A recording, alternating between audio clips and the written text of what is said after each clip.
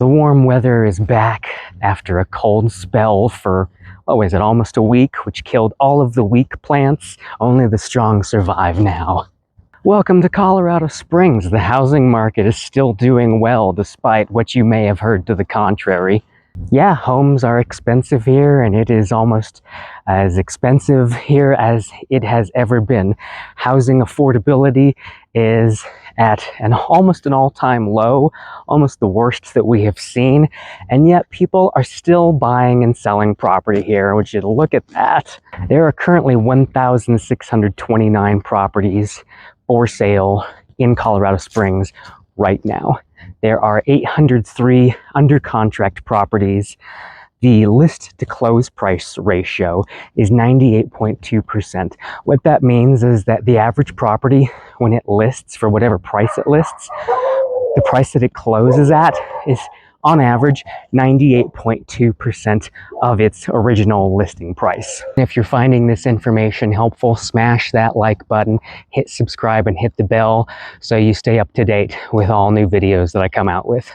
Properties are getting an average of 2.48 showings per week, and that's down from the 3 to 5 or 6 per week that we were getting earlier in the summer. And we've got about 3 months worth of inventory right now. So we would need anywhere from 4 to 6 months of inventory to have what we would call a balanced market, where there are enough homes for buyers to pick from without having to be in competition with anybody, while not having so many homes that they sit on the market for too long. Oh, look at this. Oh, wait, there it is. I love those 12-foot tall skeletons. I'm wearing the Scooby-Doo shirt too. Scooby-Dooby-Doo. October has seen 257 sales for the whole month so far, and we're a little over halfway in the month. Now compare that to October 2022, when there were 840 total property sales for that month. About this time last month in September, we had about 300 property sales, and then we finally ended the month at 720 sales for September. I'm expecting similar results for October, probably a little bit less. I'm also expecting home prices to decrease 5% by the end of the year. Our height in home sales for 2023 this year was in June, where we had 1,001 property sales. Compare that to the big selling months of last year, 2022. In the March to September timeframe, we had anywhere from 1,000 to 1,300, even more so, property sales for each of those months. The current average sales price for October is $510,588 and a median sales price of $430,000. Last month in September, the average sales price was $508,861 and a median sales price of $460,000. So the average is almost the same and the median has gone down a little bit. But let's take a look further. At the height of home prices for 2023, that was in June, where the average sales price was $530,372, and the median sales price was still $460,000. So not a lot has changed. Our height in home prices last year, 2022, was back in April, where the average sales price was $529,467, and the median sales price was $472,500. What has been happening is we have seen a slow increase in home prices during the summer this year and last year, and then it started to come back down during the winter time. There hasn't been a huge increase or decrease comparatively for the past 2 years. And like I said, I'm expecting home prices to drop another 5% by the end of the year, just due to the seasonality. For October this year, we have had a total of 2,062 active listings. Compare that to October of last year when we had 2,350. Not a huge change. If you want to compare the year to date for 2022, by this time in October, we had 16,913 property listings. And now 2023, so far we've had 18,174. So there's a little bit of uptick in the number of properties for sale this year versus last year in total so far. Currently, the average days on market for properties is at 35 and the median is at 22. What that means is that's the time that it takes once you list a property to the day that it actually goes under contract. It's taking 22 to 35 days. Those numbers are almost identical for last year, where October 2022, the average days on market was 33 and the median was 22, almost identical. And what ended up happening last year was in December, that number rose to 44 days on average and 31 days on the median.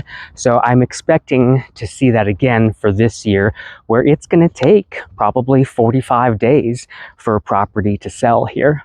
But here's the point, is that it's still selling. It's not like homes are just sitting on the market and then going, oh, I can't sell. Now that is happening. We are having withdrawals. We are having properties cancel and go off market, but it's not a huge amount. Properties are still selling.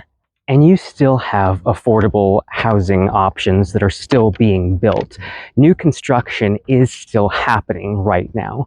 The biggest growth in Colorado Springs is particularly in the Woodman corridor area. So the spot on Woodman Road from between Powers and Falcon or Meridian area, that whole strip is getting built out.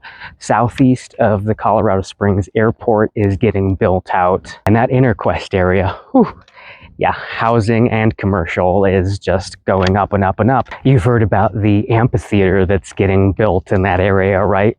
Crime in Colorado Springs has also been decreasing, interestingly. Our crime rate fell 15.9% between 2010 and 2022. And if you want to compare that to Denver, Denver's crime rate has actually risen 32% in the same time. By comparison, Colorado Springs spends over 30% of its budget, of its city budget, on police, whereas Denver spends about 10% of its budget. And at the same time, our city is telling us that we are 80 police officers short of where we need to be in order to adequately police the city. So funding the police is a big deal here in Colorado Springs. And then you've got many companies that are expanding and investing in Colorado Springs, bringing more jobs to Colorado Springs. Amazon is a big one. We got US Space Command, which is staying here. That's another big one. Infinity Labs, Integris, Delta Solutions and Strategies, that's a defense contractor. Bocor and Meyerberger, those are the big ones, but there are more. So yes, while housing affordability is still near an all-time low, our city is still experiencing growth in jobs and in housing. The demand for housing in Colorado Springs is never going to go away. It's just a matter of who can afford it at this point. And there are still people who can afford it. Even as expensive as it is, I'm still showing houses. Now, yes, it's slower. It has slowed down, yes. A majority of people cannot afford to pay $4,000 or $5,000 a month and up on a mortgage payment. The Israeli-Palestinian conflict has also caused some waves where investors have felt a bit less secure about housing, about mortgages. And so they've been putting more money into bonds and mortgage-backed securities. And so that has the effect of dropping the interest rates just a tiny bit in response to that as the cost for bonds and MBSs increases. That may sway the Fed to stop raising basis points. or at least take a pause for the moment. And then you've got other things like the continued war in Ukraine and the United Auto Workers strike. Those are all going to make some slight changes to our economy and what investors are doing. Currently, the interest rates are between 7.598% and 7.92% for a 30-year conventional loan. That increase in long-term bond yields has a similar effect in dampening down the economy. So even that can bring down inflation a little bit. And because of that, there is less of a need for the Fed to have additional monetary policy tightening. So a lot of investors are anticipating that we are not going to have any more rate hikes from the Fed this year. Now let's look at some rent data. Rents in Colorado Springs dropped 0.4% in September. Compare that to a 0.5% increase nationwide. Year over year, rent growth in Colorado Springs is now at -6%. And that's down from plus 3.8% a year ago. Since the start of the COVID pandemic in March 2020, the citywide rents here have risen a total of 22.8%.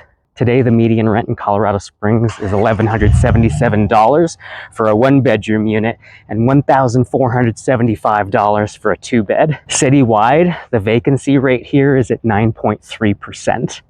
That's up 3 percentage points from this time last year. Affordable housing continues here in Colorado Springs. Things are still getting built. A couple of examples: there's a 50-unit affordable housing complex for low-income seniors who are aged 62 or older. And then there's also the Village at Solid Rock, and that's just regular housing, but it's 77 units for that one.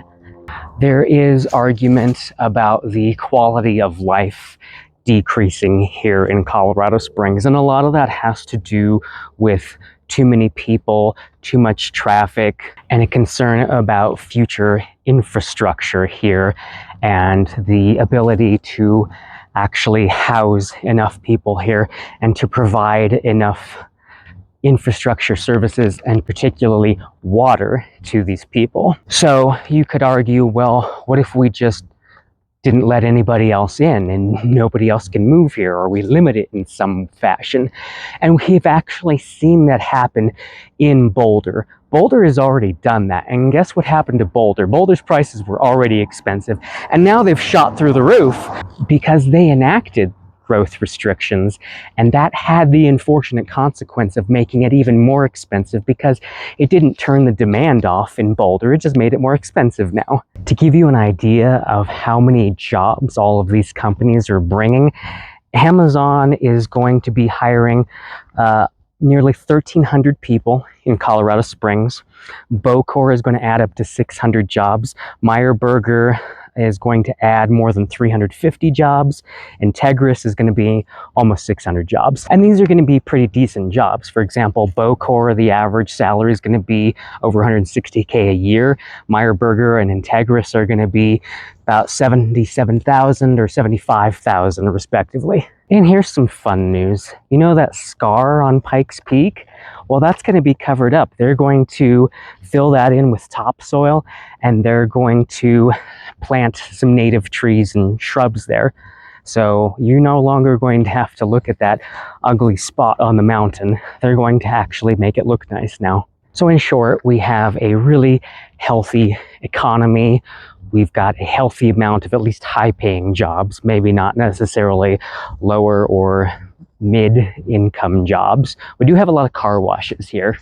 And then people are concerned about the number of car washes in Colorado Springs. And I was too, until I learned that these car washes recycle a majority of their water.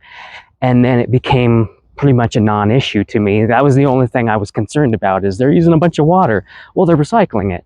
Oh, okay, well then I don't care what business they have. You're also going to see some fun things on the ballot for this year. Not a whole lot. You're going to see Proposition HH, you're going to see ballot issue 2A, and you're going to see some things for the city of Fountain and for Flying Horse. The residents here in Colorado Springs, I feel, are more connected to politics and more interested in politics than they ever have been in the past, although you only had a 30 to 40% voter turnout for the last election, the mayoral election between Yemi Mobolade and Wayne Williams. Right now I'm just walking in my own neighborhood that I live in, and look at this color. I love it. If you are interested in seeing the colors, the leaves change colors here, you want to go to Mueller State Park. That is up Highway 24. You go past Manitou and Divide, and then you go south. It's on the way to Cripple Creek, but not quite that far. My parents go there every year to see the leaves change colors. I have 3 young kids, so I very rarely go anywhere. But it's a really nice time to just go exploring and hiking at one of our huge, beautiful state parks.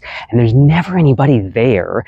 So it's a magical, fun time to just get out in nature and have nobody be around you. My name is Kevin James Bond. I'm a real estate agent with RE/MAX Real Estate Group, and I live here in Colorado Springs. I've got my license for the state of Colorado. I primarily work in the Colorado Springs area, gone up to Denver and down to Pueblo for some clients as well, but predominantly I work here.